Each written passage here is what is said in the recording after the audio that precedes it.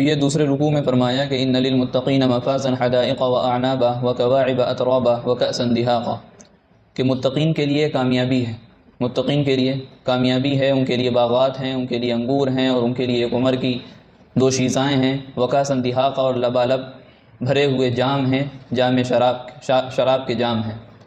اب آج کی آیات جو ہیں اس میں فرما رہے ہیں کہ لا يسمعون فيها لغوا ولا كذابا، کہ جنتی جب جنت میں جائے گا تو وہاں کوئی لغو بات نہیں سنے گا، کوئی بیہودہ باتیں نہیں سنے گا، ولا کذابہ، اور کوئی جھوٹی بات نہیں سنے گا۔ یہ سب چیزیں جو ہیں وہ دنیا میں ہیں، کہ ہم دنیا میں رہتے ہیں تو غلط بات بھی سنتے ہیں، بیہودہ باتیں بھی سنتے ہیں، اور اسی طریقے سے وہ باتیں بھی سنتے ہیں جس کا حقائق سے کوئی واسطہ نہیں ہوتا، وہ باتیں بھی سنتے ہیں جو سچی نہیں ہوتی بلکہ جھوٹی ہوتی ہیں۔ یہ دنیا میں رہ کر کے ہے، لیکن جب کوئی جنت میں جائے گا تو جیسا کہ بات آ چکی ہے اور ہم سب جانتے ہیں کہ جنت پاک جگہ ہے، وہاں پاکیزہ لوگ ہیں، وہاں پاکیزہ باتیں ہوں گی، لہٰذا وہاں جا کر کے ہم کوئی لغو بات نہیں سن سکیں گے، اور وہاں جھوٹ بات کسی سے ہم نہیں سن سکیں گے۔ اس سے ایک سبق ہم کو لینا یہ بھی چاہیے کہ جنت کے اعمال میں سے یہ بھی ہے کہ لا يسمعون فيها لغوا ولا كذابا، ہم جب ہی نہیں سنیں گے نا جب وہاں کوئی غلط بات کرے گا ہی نہیں، ہم جب ہی جھوٹی بات نہیں سنیں گے جب وہاں کوئی جھوٹ بولے گا ہی نہیں۔ تو پتہ یہ چلا کہ جنت کے اعمال میں سے ہے کہ اپنی زبانوں کو غلط بات کہنے سے روکنا، جنت کے اعمال میں سے ہے کہ اپنی زبانوں کو جھوٹی بات کہنے سے روکنا۔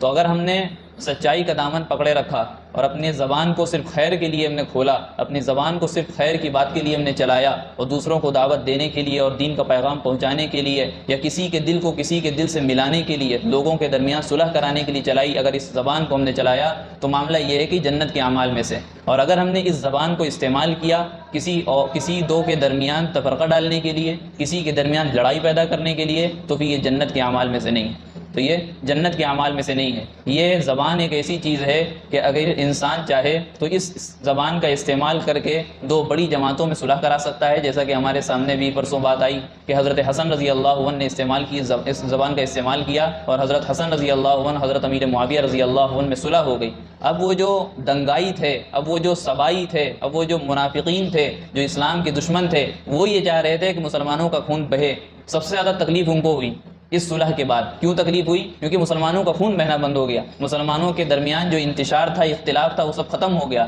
محبتوں میں تبدیل ہو گیا یہ زمانہ۔ اور حضرت امیر معاویہ رضی اللہ عنہ کا جو زمانہ 20 سال کا رہا، اس میں کس طریقے سے امن و امان قائم رہا، اس میں امن و امان قائم رہا، کس چیز کیسے ہوا؟ یہ صرف حضرت حسن رضی اللہ عنہ کی زبان کا استعمال تھا، انہوں نے زبان کا صحیح استعمال کیا اور صلح کر لی، انہوں نے صلح کر لی، لہٰذا ہم کو اپنی زبان کا استعمال صحیح طور پر کرنا چاہیے۔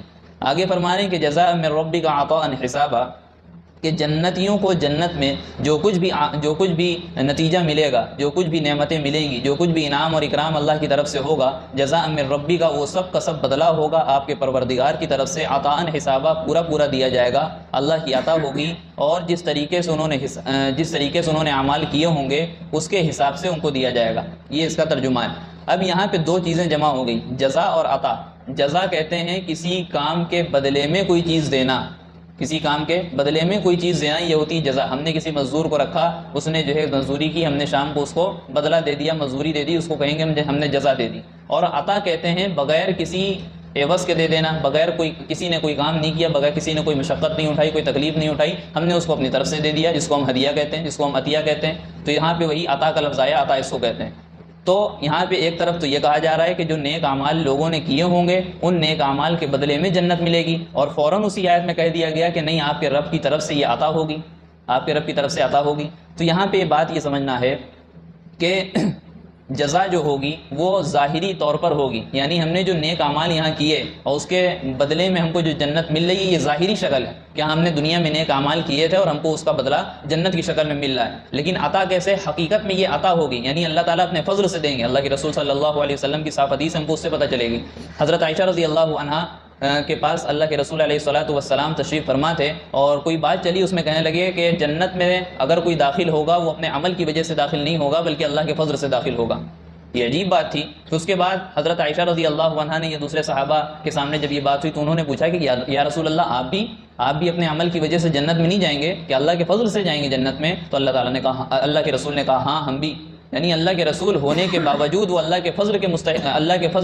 محتاج تھے، اللہ کے جو ہے فضل کے اور اللہ کے کرم کے محتاج تھے۔ آج ہمارا کیا عالم، ہم کس کھیت کی مولی ہیں، ہم کس کھیت کے مولی، ہم کو تو اور اللہ کا فضل تلاش کرنا چاہیے۔ تو وہاں سے کیا پتہ چلا؟ اچھا دوسری چیز یہ بھی سمجھنا چاہیے کہ اللہ نے ہمیں جو دنیا میں نعمتیں دی ہم انہی کا شکریہ ادا نہیں کر سکتے۔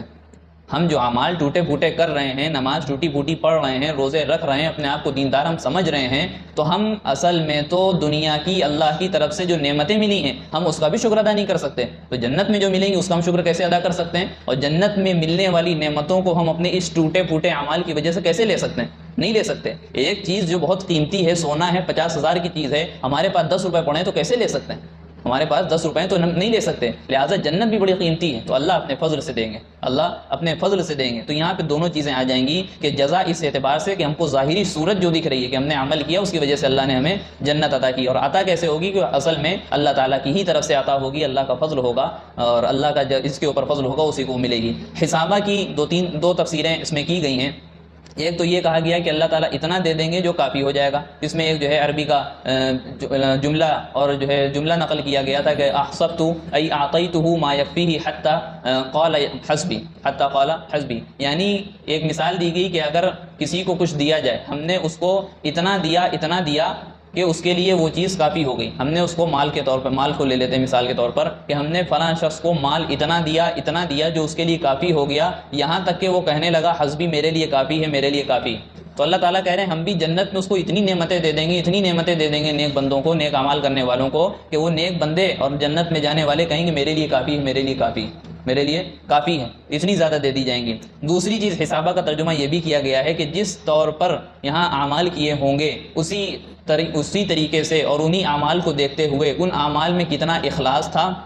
اس چیز کو سامنے رکھتے ہوئے وہاں جنت کی نعمتیں بانٹی جائیں گی، جنت کی نعمتوں کو خرچ کیا جائے گا اور جنتیوں کو دیا جائے گا۔ تو یہاں دو تفسیریں ہو سکتی ہیں حسابہ سے۔ آگے فرما رہے ہیں کہ رب السماوات والارض وما بینہما الرحمن لا یملکون منہ خطابا۔ یہ جنت کی نعمتیں کس کی طرف سے ہوں گی؟ جنت کس کی طرف سے ملے گی؟ اللہ کی طرف سے۔ وہ اللہ کون ہے؟ رب السماوات والارض، وہ آسمانوں کا رب ہے، وہ زمین کا رب ہے، وما بینہما، اور جو ان آسمان اور زمین کے درمیان میں جتنی چیزیں ان تمام چیزوں کا وہ رب ہے۔ الرحمن، جو بڑا مہربان ہے، لا یملکون منہ خطابا، کسی کی جرأت نہیں ہوگی وہاں اللہ کے سامنے بات کرنے کی، اللہ کے سامنے بات کرنے کی، مستقل بات کرنے کی۔ ایک تو یہ ہے کہ اللہ تعالیٰ اجازت دیں گے کہ بولو،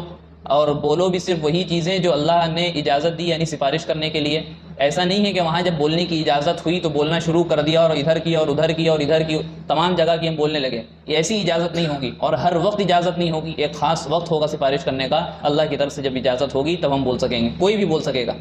اور سب سے بڑا مقام جو حاصل ہوگا، شفاعت عظمیٰ جو حاصل ہوگی، ایک مقام ہے، وہ ہمارے آقا جناب محمد رسول اللہ صلی اللہ علیہ وسلم کو حاصل ہوگا انشاءاللہ، جس کے لیے ہم کو کہا گیا کہ تم جو ہے ہر اذان کے بعد دعا کیا کرو، آتی محمد الوسیلۃ والفضیلہ وبعثہ مقاما محمودا، اے اللہ آپ ہمارے آقا جناب محمد رسول اللہ صلی اللہ علیہ وسلم کو مقام محمود تک پہنچا دیجئے۔ مقام محمود وہی ہے کہ اللہ تعالیٰ اپنے حبیب کو ایسا مقام دیں گے کہ جس کی وجہ سے اللہ کے حبیب ایسی سفارش کریں گے کہ اللہ تعالیٰ وہ قبول کر لیں گے، لہٰذا لا یملکون منہ خطابا، اللہ تعالیٰ کے سامنے مستقل طور پر کوئی بات کرنے کی ہمت اور جرأت نہیں کرے گا، کیونکہ وہاں مالک اصل کون ہوگا؟ مالک یوم الدین، اللہ ہی اس دن کا مالک ہے۔ اب یہاں پہ بعض لوگوں نے کہا ہے کہ لا یملکون منہ خطابہ کا تعلق اوپر والی آیت سے، جزاء من ربک عطاء حسابا، یعنی جب اللہ نے اپنی طرف سے اور نیک اعمال کرنے والے بندوں کی وجہ سے انہوں نے جو نیک اعمال کیے اس کے بدلے میں جنت کی نعمتیں دے دیں، تو وہاں کسی کی ہمت نہیں ہوگی کہ اللہ تعالیٰ سے سوال کر سکے یا اللہ آپ نے ان کو اتنا کیوں دیا اور ان کو اتنا کیوں نہیں دیا، یا ہم کو اتنا کیوں دیا اور ہم کو اتنا کیوں نہیں دیا۔ یہ بات کرنے کی کسی کی ہمت اور جرأت وہاں نہیں ہوگی، بعض نے یہ مطلب اس سے لیا ہے۔ ویڈیو اگر اچھی لگی ہو تو لائک کریں، شیئر کریں اور چینل کو سبسکرائب کرنا نہ بھولیں، اور ساتھ ہی ساتھ بیل آئیکن کو پریس کریں تاکہ نئی ویڈیو کی نوٹیفیکیشن آپ کو ملتی رہے۔